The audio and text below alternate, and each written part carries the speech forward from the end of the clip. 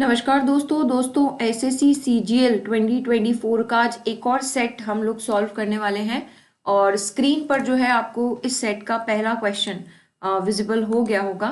देखते ही पहला क्वेश्चन किसके बारे में बात कर रहा है। इससे पहले हम लोग 22 शिफ्ट्स की जो है बात कर चुके हैं and this one is shift number 23।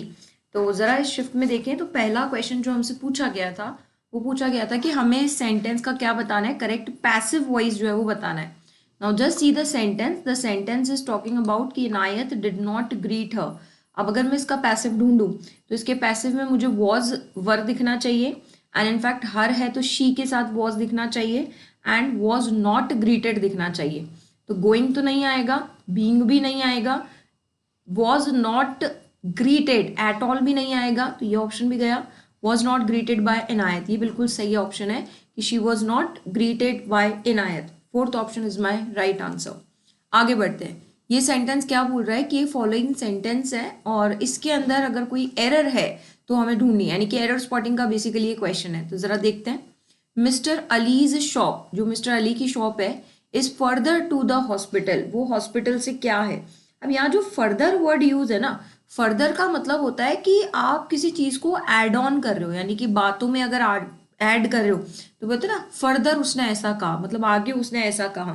तो ये जो फर्दर वर्ड होता है ये तो ऐड का सेंस देता है, जबकि यहाँ आप कहना चाह रहे हो कि जो अली की शॉप है वो हॉस्पिटल से दूर है। आप बात डिस्टेंस की करना चाहते हो, है ना। आप बात किसकी करना चाहते हो, डिस्टेंस की, एडिशन की बात नहीं करना चाहते हो। तो यहाँ पे फर्दर का यूज नहीं होगा। अब या अगर आप डिस्टेंस की बात करना चाहते हो तो दो वर्ड्स है जिनका यूज आप कर सकते हो। या तो आप फार फ्रॉम बोलो, है ना, फार फ्रॉम द हॉस्पिटल, और या फिर आप है ना वर्ड फार्दर का यूज भी कर सकते हो। फार्दर जो वर्ड होता है ना ये भी डिस्टेंस के लिए यूज होता है। तो आप फार्दर यूज कर रहे हो तो आपको देन लगाना पड़ेगा, क्योंकि फार्दर के साथ देन आता है। और अगर आप फार यूज कर रहे हो तो फ्रॉम लगाना पड़ेगा। तो देखते हैं, mister Ali shop is far from the hospital या फिर mister Ali shop is farther than the hospital. पर फर्दर टू तो नहीं आएगा। तो option number third is my right answer, क्योंकि एरर स्पॉटिंग इसी के अंदर है। आगे बात करते हैं। I love the stunning view of the mountain, यानी आपको माउंटेन का स्टनिंग व्यू जो है ना वो पसंद आया। अब पहले क्वेश्चन देखो कि सिनोनिम पूछ रहा है कि एंटोनिम। तो देखा कि ये एंटोनिम पूछ रहा है। अब स्टनिंग का क्या मतलब होता है, स्टनिंग का मतलब होता है बहुत जबरदस्त परफॉर्मेंस, है ना। कहते हैं ना बहुत स्टनिंग परफॉर्मेंस थी, यानी कि कैसी परफॉर्मेंस थी, जबरदस्त के लिए हम लोग वर्ड यूज करते हैं क्या, स्टनिंग। देखते हैं ऑप्शन के मतलब। स्मैशिंग का मतलब होता है किसी चीज को स्मैश कर देना, जोर से मार देना, है ना। तो जोर से मारने को हम क्या कहते हैं, स्मैश। जैसे अगर आपने बैडमिंटन देखा होगा तो बैडमिंटन के स्पोर्ट्स में जो एक बैडमिंटन से पड़ता है ना शॉट, वो स्मैश ही कहलाता है, क्योंकि जोर से पड़ता है। सुपरफ्लुअस का क्या मतलब होता है, सुपरफ्लुअस का मतलब ऊपर ऊपर से, कहते हैं ना ये चीज सुपरफ्लुअस है, यानी ऊपर ऊपर से है, डीपली नहीं है। तो ऊपर ऊपर से को हम कहते हैं सुपरफ्लुअस। टॉक्सिक का मतलब जहरीला होता ही है, और मंडेन का मतलब होता है बोरिंग, बोरियत को हम क्या कहते हैं, मंडेन। अब स्टनिंग का मतलब अगर जबरदस्त है तो स्मैश तो होगा नहीं, जोर से मारना। अच्छा एंटोनिम भी बताना है, तो सुपरफ्लुअस भी नहीं होगा, टॉक्सिक भी नहीं होगा, क्या होगा, मंडेन। यानी ये चीज जबरदस्त है, आपका ध्यान जो है वो खींच के बैठी है, और मंडेन जो है ये चीज बोरिंग है, बोर कर रही है। ठीक है, right, fourth option is my right answer. आगे बढ़ते हैं, नेक्स्ट क्या बोल रहा है। ये जो अंडरलाइन वर्ड्स हैं इनका मुझे क्या बताना है, इन अंडरलाइन वर्ड्स का मुझे वन वर्ड सब्सटीट्यूशन जो है वो बताना है।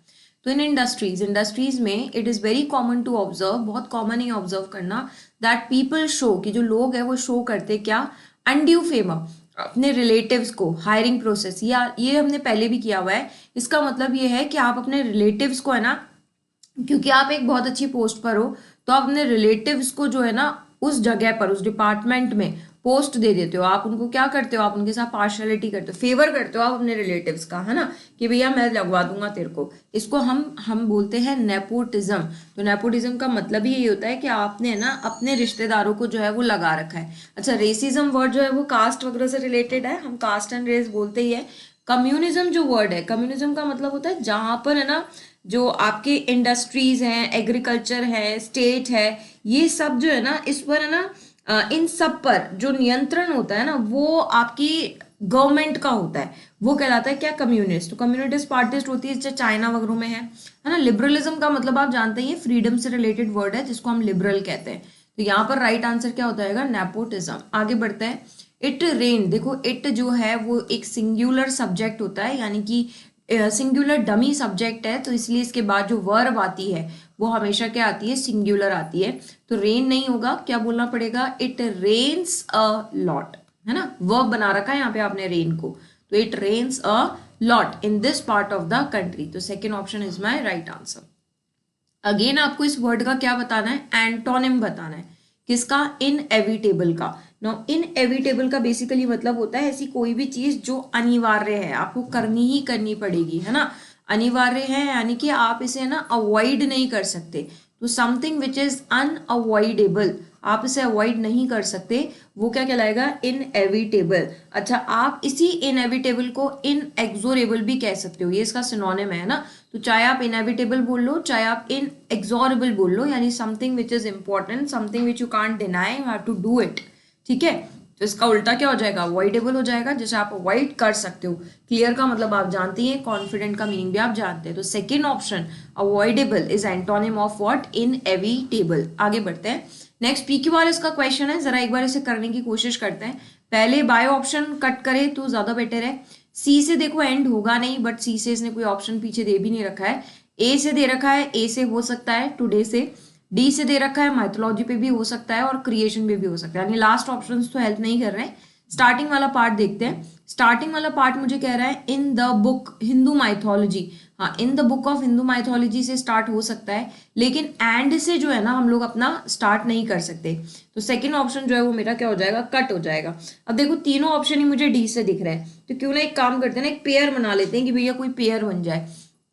देखो यहाँ पे ये ना मुझे बोल रहा है हैज मेड, अब ना हैज मेड वर्ब है, इस वर्ब को अपने बाद में ऑब्जेक्ट चाहिए, है ना। अब अगर ऑब्जेक्ट चाहिए ना तो आप सी के बाद, अच्छा डी आप बोल ही चुके हो, तो आप सी के बाद बी नहीं बोल सकते, ये ध्यान रखना है ना।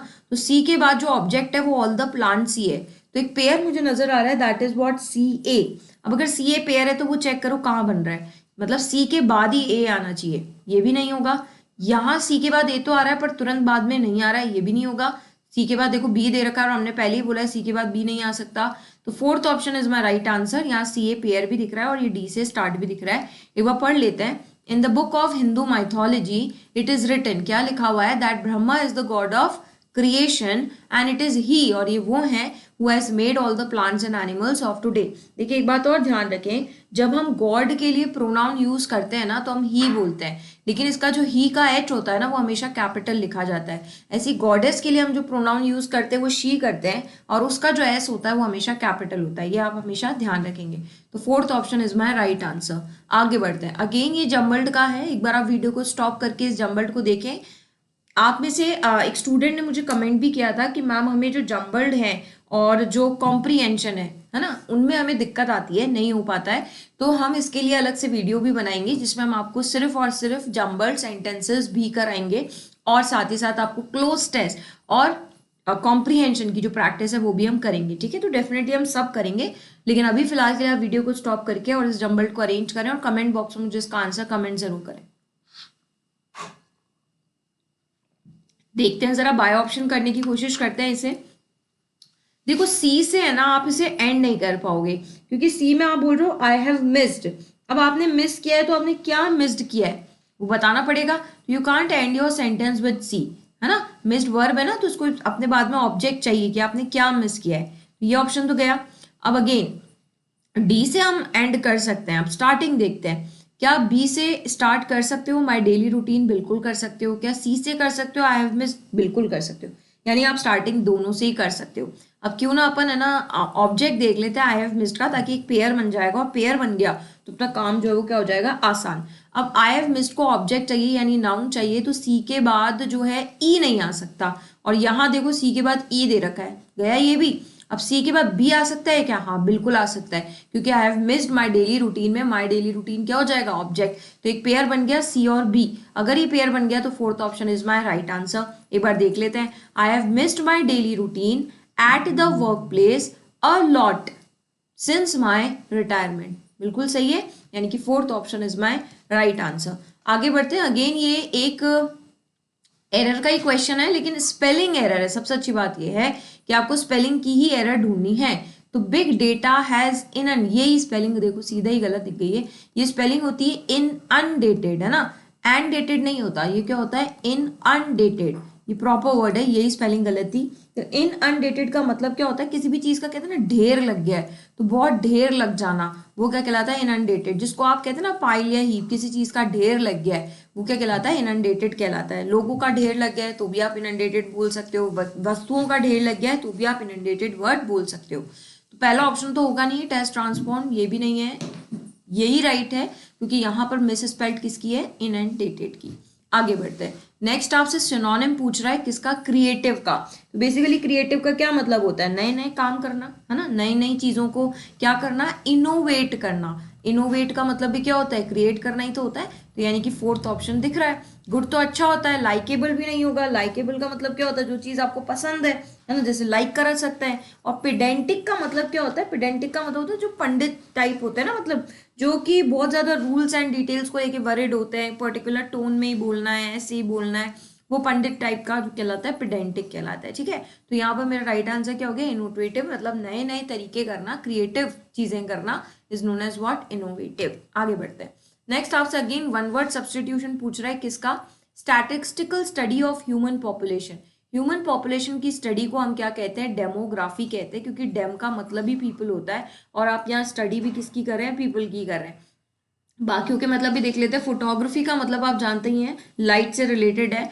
पेलियोग्राफी जो वर्ड है ना, ये है पुरातत्व का, यानी कि शिलालेख, स्टोन्स वगैरह पे जो लिखा होता था ना, पुरानी चीजों का जो अध्ययन होता है, उसे हम क्या कहते हैं, पेलियोग्राफी। तो बेसिकली शिलालेख is known as what, palaeography. Astronomy आप जानते हैं, स्टडी ऑफ किसकी, आपके स्टार्स की, है ना, आपके मून की, प्लैनेट्स की, इनकी जो स्टडी होती है उसको हम क्या कहते हैं, एस्ट्रोनॉमी कहते हैं। तो बेसिकली एस्ट्रोलॉजर वही हो जाता है जो स्पेस वगैरह में जाता है, तो वो जो स्टडी करता है स्टार्स, मून्स, प्लैनेट्स की, उन्हें हम कहते हैं एस्ट्रोनॉमी। तो study of human population is basically known as what, demography. चलिए आगे बढ़ते हैं, नेक्स्ट क्वेश्चन क्या कह रहा है, करेक्टली स्पेल्ड आपको सेंटेंस बताना है। एक बार आप अगेन इसका मुझे आंसर कमेंट करें, फिर मैं आपको बताती हूँ कि स्पेलिंग करेक्ट किसके अंदर है, वो सेंटेंस हमारा कौन सा होगा। देखो बाय ऑप्शन देखें, कट करते हैं। एथलेट्स की स्पेलिंग ये नहीं होती है, एथलेट्स की स्पेलिंग होती है ATHLETE। तो फोर्थ ऑप्शन कट हो गया। यहाँ पे बात करें तो यहाँ मुझे अचीवमेंट की स्पेलिंग गलत दिख रही है, ACHIEVE होता है, EI नहीं होता है। तो बेसिकली थर्ड ऑप्शन भी कट गया। यहाँ देखो तो इम्प्रेसिव की स्पेलिंग में सिंगल आर आता है, जबकि यहाँ डबल आर दे रखा है, तो ये आंसर भी कट हो गया। यानी कि सेकंड, थर्ड, फोर्थ तो कट हो ही चुका है। यहाँ एथलेट की स्पेलिंग बिल्कुल सही है, अचीवमेंट की भी सही है, और इम्प्रेसिव की भी सही है। तो basically first option is my right answer, जिसके अंदर कोई स्पेलिंग गलत नहीं दे रखी है। आगे बात करते हैं, आपको सिनोनिम बताना है किसका, अडेप्ट का। It takes time to adept to a new environment, यानी नए एनवायरमेंट में अडेप्ट होने में क्या लगता है, टाइम लगता है। अब बेसिकली अडेप्ट का क्या मतलब होता है, अडेप्ट का मतलब होता है अपने आप को ना ढालना। कहते हैं ना, इस एनवायरमेंट में मैंने अपने आप को क्या कर लिया, एडजस्ट कर लिया है, ढाल लिया है। तो बेसिकली एडजस्ट करना क्या कहलाता है, अडेप्ट कहलाता है। सिनोनिम ही पूछा है तो अप्लाई होगा नहीं, कंट्रोल होगा नहीं, अंडरस्टैंड नहीं होगा, क्या होगा, एडजस्ट होगा। और देखो कितनी अच्छी बात है कि यहाँ आपको ऑप्शंस के भी सारे मतलब आते हैं, इजी वर्ड्स थे। नेक्स्ट आगे बढ़ते हैं, ये आपसे क्या बोल रहा है, इस अंडरलाइन सेगमेंट का आपको अप्रोप्रिएट जो है आंसर बताना है। यानी कि something is wrong in this sentence and you have to correct it. कोशिश करिए एक बार कि आप इस क्वेश्चन को कैसे अटेम्प्ट करेंगे।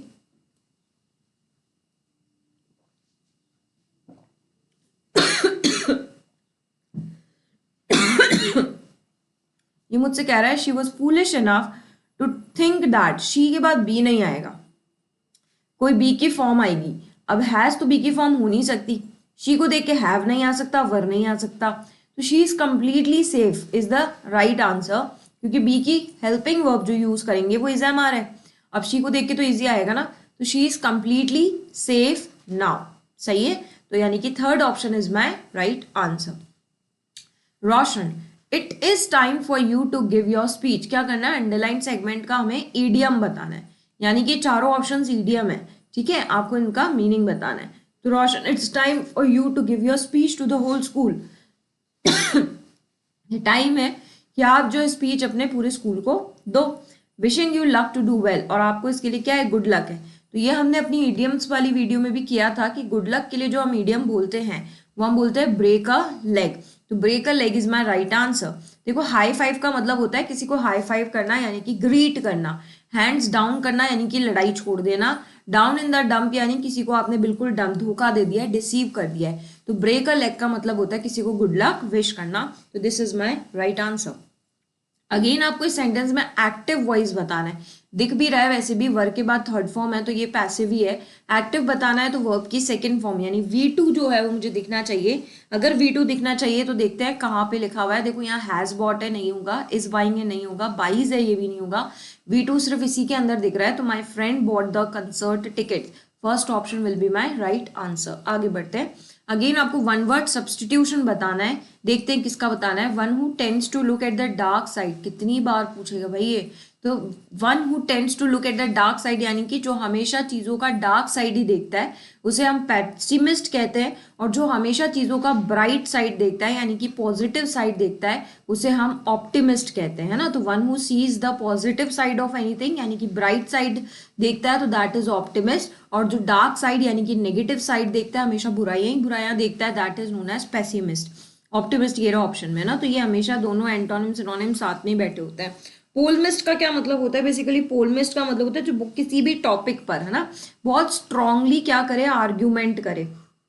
तो बहुत स्ट्रांगली अगर आप किसी टॉपिक पर आर्ग्यूमेंट कर रहे हो, है ना, वो क्या कहलाता है? पोलमिस्ट। तो strongly argument on a topic, एक पर्टिकुलर टॉपिक पर if you are strongly argumenting than that particular topic, that person is known as what? Polemist. Dynamist का मतलब आप जानते ही हैं, डायनेमिस्ट मतलब जो फोर्सफुली एनर्जेटिक होता है, डायनेमिक उसी को तो कहते हैं हम, है ना। तो जो बहुत ज्यादा एनर्जेटिक पर्सन है, एनर्जेटिक अगर कोई चीज है तो that is known as what? Dynamist. तो बहुत ज्यादा एनर्जेटिक पर्सनालिटी है, फोर्सफुली पर्सनालिटी है, तो दैट इज एनर्जेटिक मीन्स। तो one who tends to look at the dark side is what? Pessimist. आगे बढ़ते हैं। I had heard of henpecked husband. Now henpecked husband होते हैं जोरू के गुलाम, यानी कि जो अपनी वाइफ के उसमें बंधे हुए होते हैं, उन्हीं के कहे कहे चलते हैं, उन्हीं की सुनते हैं, that husband is known as what? Henpecked husband, है ना। तो बॉसी हस्बैंड नहीं है, ये खुद नहीं बॉस होता है, ये खुद कंट्रोल नहीं करते हैं, खुद डोमिनेटिंग नहीं होते, ये बेचारे खुद तो क्या होते हैं? ऑप्रेस्ड हस्बैंड होते हैं, यानी कि वो हस्बैंड जो बीवी का मारा है, यानी कि बीवी की बात मानता है, बीवी के द्वारा दबाया हुआ पति है, वो कहलाता है हैंडपैक्ड हस्बैंड। नेक्स्ट क्वेश्चन के बारे में बात करें तो यानी कि fourth option will be my right answer.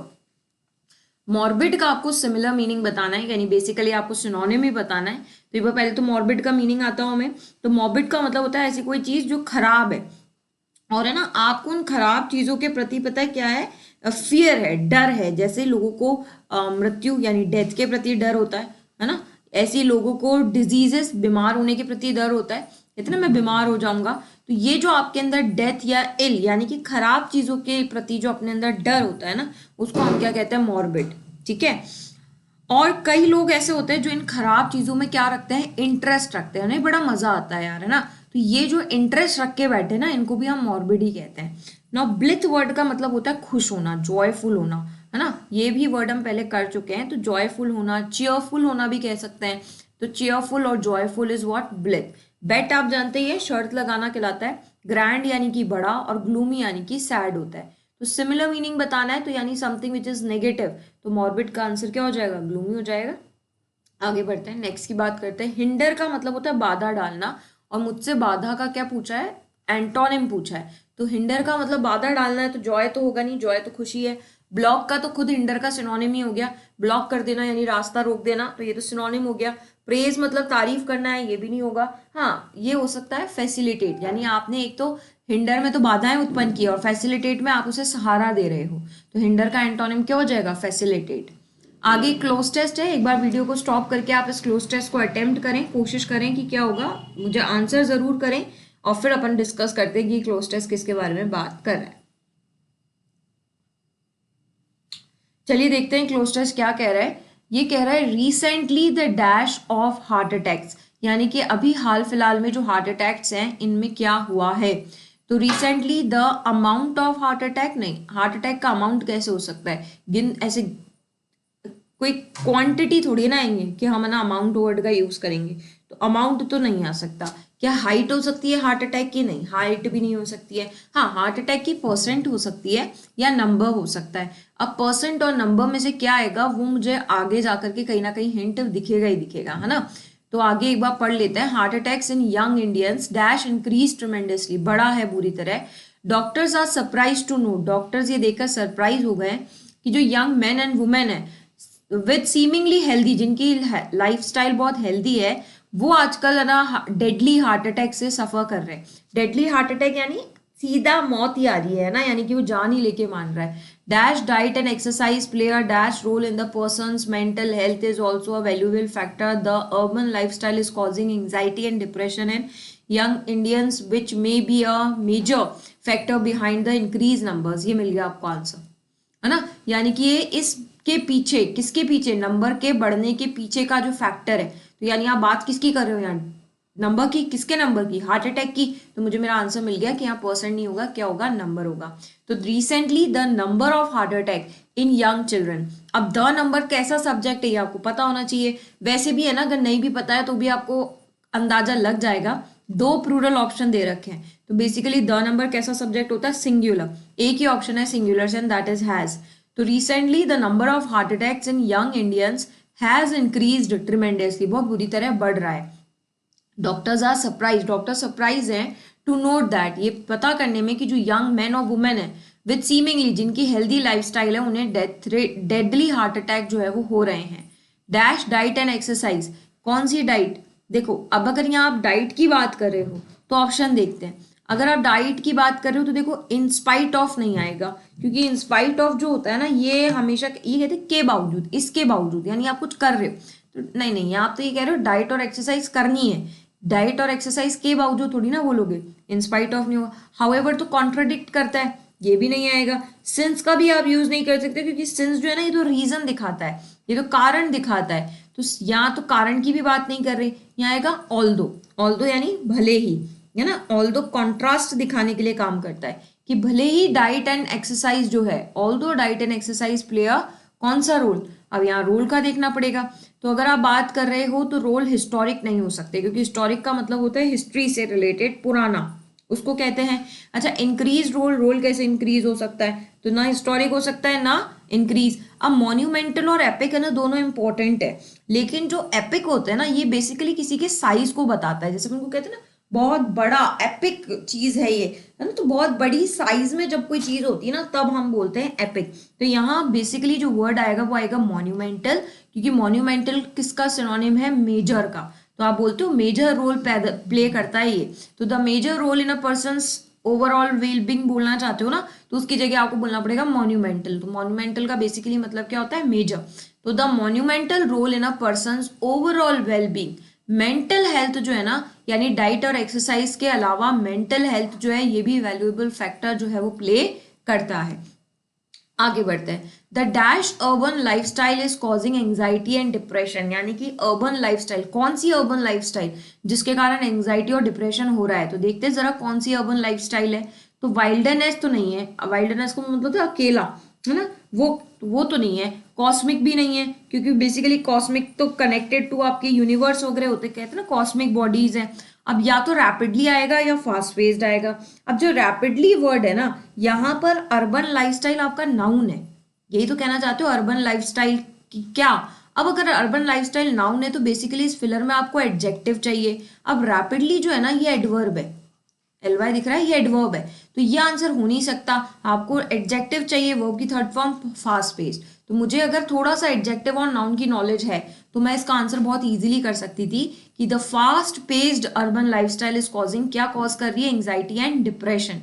किसके अंदर? यंग इंडियंस के अंदर। विच में भी है, जो एक बहुत बड़ा फैक्टर हो सकता है किसके पीछे? ये एक इंक्रीज्ड नंबर के पीछे, यानी कि ये जो बढ़ोतरी हुई है ना इतनी ज्यादा हार्ट अटैक्स की, इसके नंबर्स के इंक्रीज होने के पीछे जो है ये बहुत अर्बन लाइफस्टाइल एक बहुत बड़ा रोल प्ले कर सकता है। तो ये क्लोज टेस्ट था, यानी कि ये जो शिफ्ट है ना ये मुझे कंपैरेटिव थोड़ी इजी लगी थी, है ना। मतलब दिख भी रहा है आपको इसमें एंटोनिम सिनोनिम भी कोई बहुत भारी भरकम नहीं पूछे हैं, क्लोज टेस्ट भी इतना ईजी था।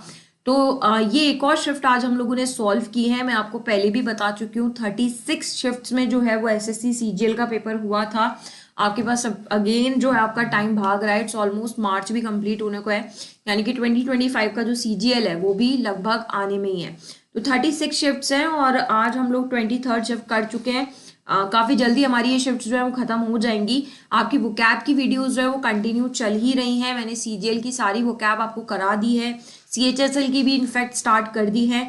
तो उम्मीद है आप उन वीडियोस को रेगुलर बेसिस पे देख रहे हैं ताकि वो कैब का रिवीजन रहे आपका, और ये शिफ्ट्स आप ज़रूर से देखते रहें ताकि आपको ये लगे कि हाँ यार पेपर पैटर्न किस तरीके का आता है। चलिए, तो नेक्स्ट वीडियो में हम आपसे फिर बात करते हैं, फिर एक और शिफ्ट को सॉल्व करेंगे इसी तरीके से। तब तक के लिए फ्रेंड्स, जय हिंद, जय भारत, राधे राधे।